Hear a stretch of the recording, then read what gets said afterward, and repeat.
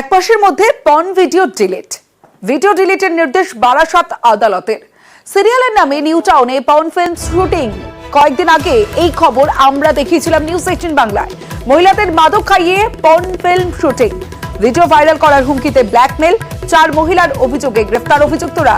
Custody ট্রায়ালে 6 অভিযুক্ত দোষী সাব্যস্ত, 6 জনকেই 10 বছর কারাদণ্ডের নির্দেশ বিচারকের। অভিযুক্তের তোলা ভিডিও ডিলিটের নির্দেশ বিধাননগরের সাইবার ক্রাইম থানাকে নির্দেশ। 1 মাসের মধ্যে বিধাননগরের সিপি কে রিপোর্ট।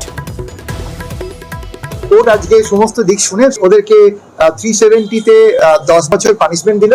অন্যান্য সেকশনগুলোতে সাইবার অ্যাক্ট যেগুলো ছিল অর্থাৎ 66E 67A এগুলোতে 3 বছর করে সাজা দিল এবং 3টে সেকশনে এদের প্রত্যেককে 50,000 টাকা করে ক্ষতিপূরণ দিতে হবে এবং 1 লক্ষ টাকা আলাদাভাবে ক্ষতিপূরণ দিতে হবে।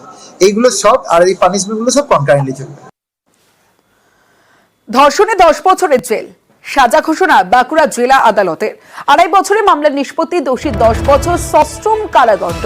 19 মার্চ 2022 মেজিয়ায় ধর্ষণের অভিযোগ। 30 এপ্রিল 2022 চার্জশিট জমা পুলিশের। একজন গৃহবধূ গিয়েছিল পুকুরে শামুক কুড়োতে। সেই সময় বিনোদ বাউরি ওই গ্রামেরই ওকে একা পেয়ে জোর করে ধর্ষণ করে। আজকে সেই কেসে সাজা ঘোষণা হলো।